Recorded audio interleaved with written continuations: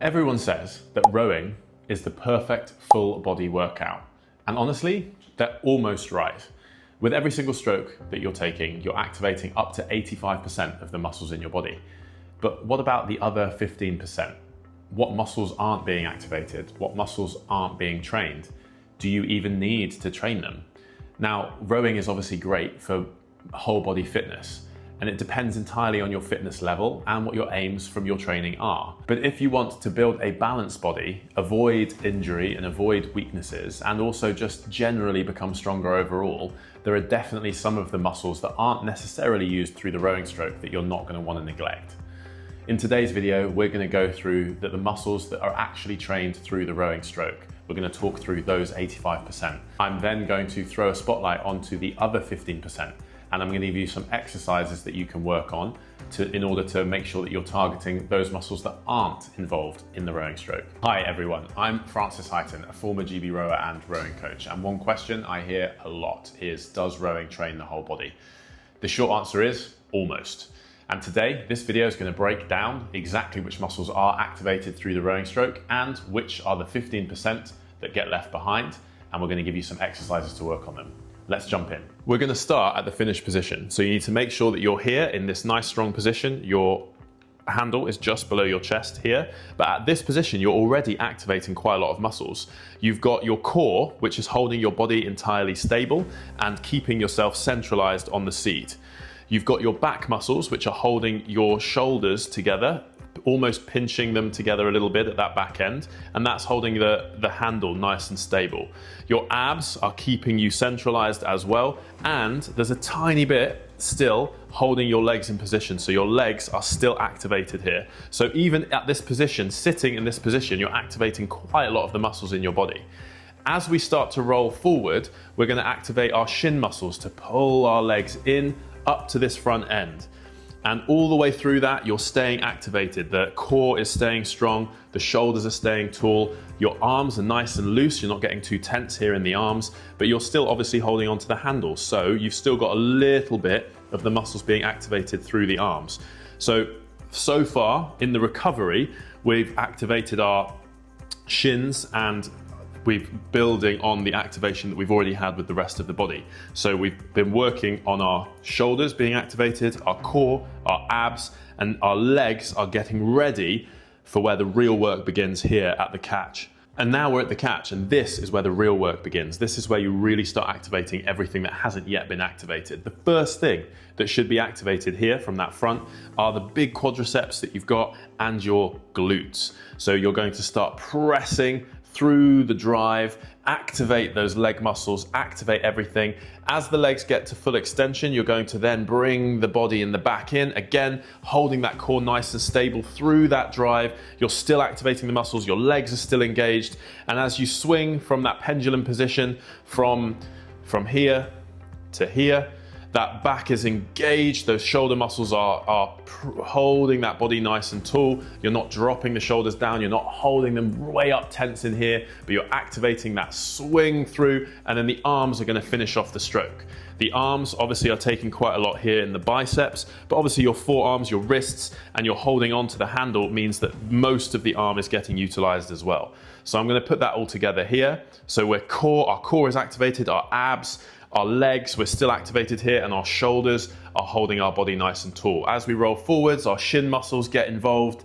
As we come up to the catch, we're preparing ourselves. We're almost like a bungee jumper getting ready to jump. We're ready, we're right on the edge. And then when we're here, we're going to start to activate the biggest muscles of our body, the most important ones of the drive, the quads and the glutes. We're going to engage those. We're going to press the legs down. We're going to start bringing the body in. We're going to bring the arms in to finish off the stroke. So it's a brilliant way to activate up to 85% of the muscles in your body. All the way through in every single stroke across a long session, you're going to be working your body very, very hard. And that's great, both for cardiovascular improvements, but also in order to burn fat. And we've got a few other videos that you can check out here about that if you'd like. So from the finish position all the way forward to the catch and then back to that finish position, you have used a huge number of muscles. You've used your legs, you've used your glutes, you've used your core, you've used your lower back, you've used your shoulders and your lats, you've used the forearms, and you've used your biceps. And all of that brings in a huge amount of momentum into the stroke from the finish to the catch again and back to the finish. But no movement works every single muscle equally. Some muscles are going to be working a little bit harder, and some muscles are going to be getting a little bit of a ride, a little bit of a free ride. We're going to talk about some of those now and make sure that you understand how you can also ensure that you're training those outside or around whatever rowing you are doing. These exercises will be quick and easy and something you can add into your training program in and around what you're already doing. So when you're ready to try working out the other 15% of the muscles that aren't used through the rowing stroke, we're probably going to need a little bit of space, which means we're going to need to pack the rowing machine away. I'm going to remind you how to do that with the Obliques 8 style now. The first thing you need to do is come down to the latch here. You're going to flick the latch switch up and just make sure that they're unlatched from the edge of the machine there. You need to turn your screen so it's completely out of the way.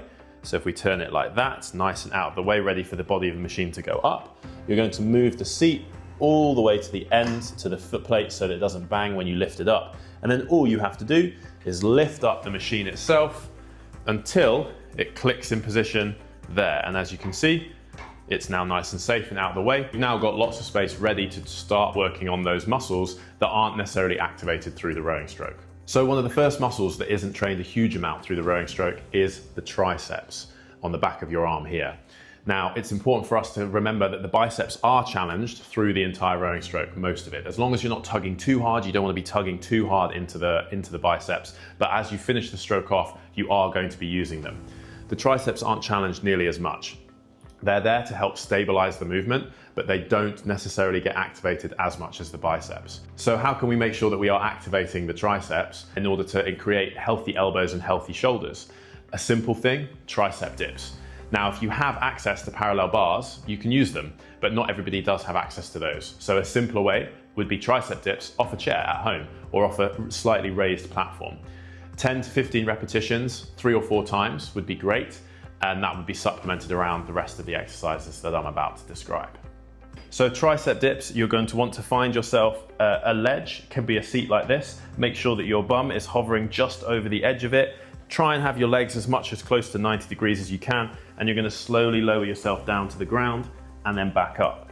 So you're working the triceps, making sure that your elbows are pointing behind you as you go. So you're not going out into anything. The elbows are going right back and you're really targeting those triceps as you press up and down. Next up is your chest. Now, when you're rowing, your chest isn't producing much force. Your back is doing a lot of the work as you swing the body through. You're obviously holding your core and that's lower down, but your chest isn't involved as much. So one of the other exercises you can do very simply and very effectively is push-ups or press-ups. And again, 10 to 15 repetitions, three or 4 sets would be more than enough. It's simple, it's effective, and would help you create better balance, better posture, and also just a better and stronger upper body in order to hold the stroke all the way through. So with press-ups, in order to make sure that you're working the chest, you're going to want to be quite wide with the arms. You're not going to want to be too narrow, because that's going to, again, keep the focus into the triceps and the biceps. So you're going to want to come down into a strong position. Find yourself in a position here. Have your hands just off to the side, close to your chest, and then almost as if your arms are at 90 degrees. So again, not here. You're not going to want to be pressing down and round, so not like that back. You're going to want to be pressing outwards, like that, and up, down, and up.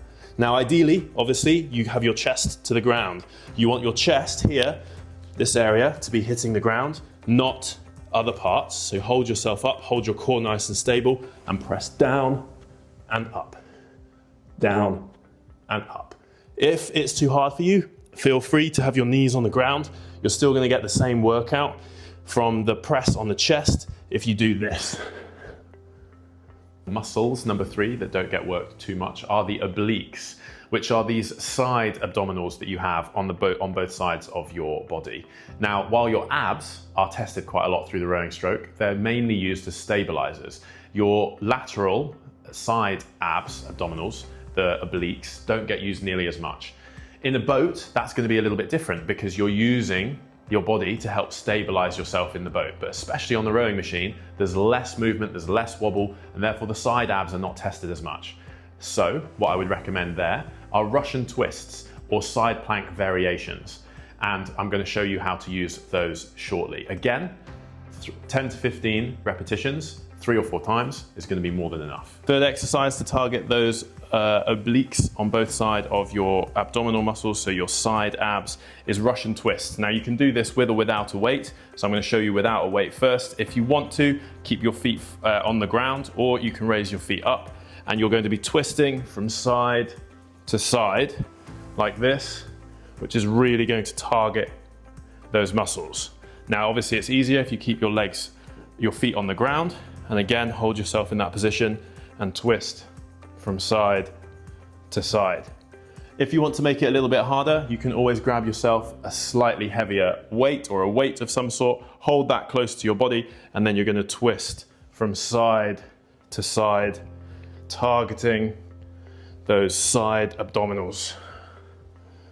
Muscle number 4 are the adductors, and that means your inner thighs. While your quadriceps are going to be doing plenty of work, your big quad muscles and your glutes are going to be working really hard through the drive. Your adductors or your inner thigh muscles aren't challenged nearly as much, especially on a straight leg drive. So how would I challenge and work these muscles? I recommend lateral lunges. These are great for hip stability and also great for your knees, but also help with posture and balance, as you have to think about them as you're going down into them as well. Again, and you might be seeing a bit of a pattern here, 10 to 15 repetitions on both sides this time, 3 or 4 times is going to be great. And you're going to step out to one side and lunge down.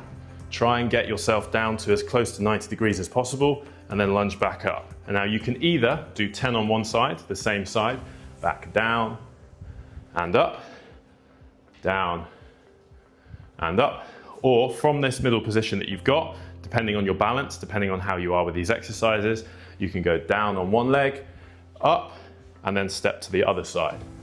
And finally, one of the muscles that is not used hugely through the rowing stroke are the calves and the calf muscles. Now, if stronger calves, bigger calves are one of your goals, you simply need to add something like calf raises in. While calves are part of the stroke, and obviously you're utilizing your whole leg as you move forward, they're not the most integral part. But stronger legs and stronger calves, if you're working on everything, you're going to end up with an overall better stroke anyway. So with calf raises, you're going to want to make sure that you're getting the heel of the foot lower than the front of the foot. So you're going to want to find a small step that allows this to get nice and tense as you press up and down. So the exercise that you're going to want to do are tricep dips to work the triceps on the back of your arms.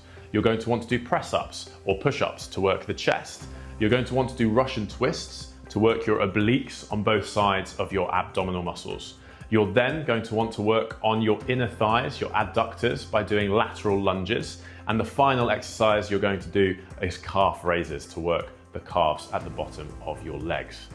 Those 5 exercises, 10 to 15 repetitions of each, 3 or 4 times, after each session is going to really help to make sure that you work all 100% of the muscles in your body and not just the 85 that are worked through the rowing stroke. You will get stronger, you will get fitter, and you will see improvements through your rowing by working these muscles that aren't necessarily activated through the rowing. Overall, the improvements that you will see will be great. So, what is the key takeaway from this video? Rowing is already one of the most complete forms of exercise you can do. And for most people, it's more than enough. But there are a few 15% of the whole 100% of muscles that aren't necessarily targeted through the rowing stroke. So try these complementary exercises in order to maximize your potential through rowing, in order to help build your body up, to make your body stronger, to minimize any chance of injury, build a stronger, healthier body by reducing muscle imbalances using these complementary exercises that target specific muscles that aren't utilized through the rowing stroke. Overall, this will help you become a better rower, so make sure that you add these to your next workout. And now I'm a bit curious. Was there one of these muscles that surprised you that aren't used in the rowing stroke? One that you thought was utilized but actually isn't? Or are you already doing one of these exercises in your routine? Let me know in the comments. Now I'm curious, which of these exercises surprised you the most? Which of these muscle groups did you think was used in the rowing stroke but actually isn't? Or which of these exercises are you already doing as part of your rowing routine? Let me know in the comments. Visit us at Obliques Rowing Machines on YouTube and subscribe for further information and other videos on how to improve your technique. hints, tips, tricks, all of the above, visit us. See you next time.